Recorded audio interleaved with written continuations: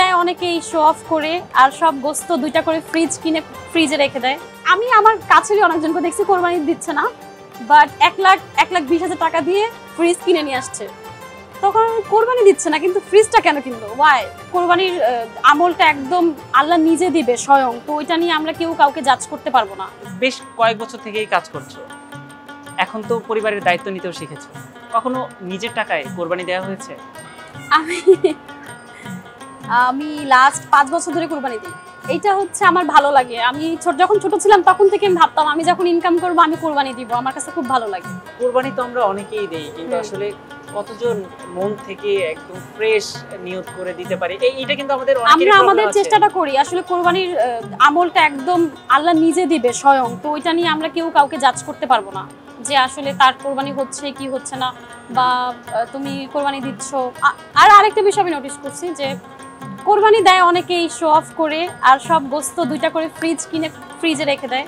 Specially কোরবানির ঈদে ফ্রিজের অফার চলে, টেলিভিশনে শোরুমে ফ্রিজের অফার চলতেছে। ঈদ উপলক্ষে আপনারা হচ্ছে বড় বড় ডিপ ফ্রিজ কিনুন।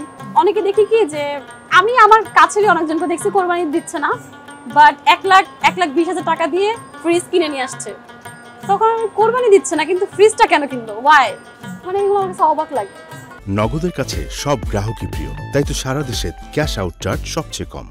আচ্ছা, ঈদের দিন তো আমাদের অনেক ব্যস্ততা থাকে, অনেক রকমের কাজ থাকে, কিন্তু শাকিলা ঈদের দিন সকালে ঘুম থেকে উঠে কোন কাজটা আসলে আগে করে? রোজার ঈদে নর্মালি হয় যেটা হচ্ছে মা সেমাই টেমাই রান্না করে, ওগুলো সবাই খায়, গল্প করি, ফ্যামিলির সাথে সময়, বন্ধু বান্ধব আসে এইরকম।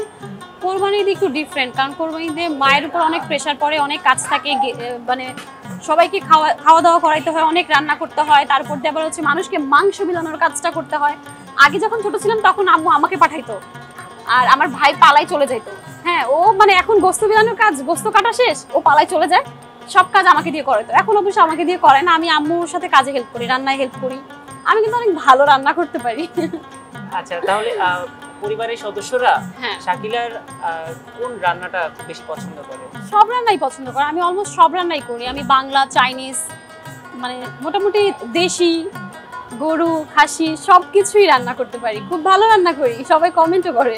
ঈদের দিনের জন্য কি কোনো কমন মেনু থাকে যেটা শাকিলা আসলে প্রতি ঈদে করে? ঈদের দিনে হচ্ছে আমরা হচ্ছে শিক কাবাব বানাই বাসায়, যে লাইক কয়লা টয়লা দিয়ে শিক কাবাব বানানো হয়। এটা হচ্ছে আমি আর আমার আব্বু দুজন একসাথে করি। আমার আব্বু আর আমি অনেক কাবাব খাইতে পছন্দ করি, তো এই মেনুটা থাকবেই। আর তাছাড়া আম্মু তো মোটামুটি অনেক রান্নাই করে।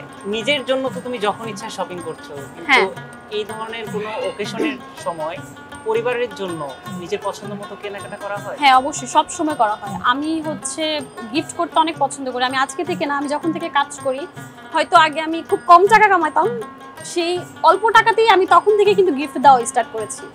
আমার কাছে মনে হয় আমি আজকে এখানে শুধুমাত্র আমার ফ্যামিলির জন্য, আমি দুনিয়াতে আসছি আমার ফ্যামিলির জন্য, তো আমার ফার্স্ট প্রায়োরিটি হচ্ছে আমার ফ্যামিলি। তো আমি সবসময় দেই, প্রতি ঈদেই দেই, ঈদ ছাড়াও দেই।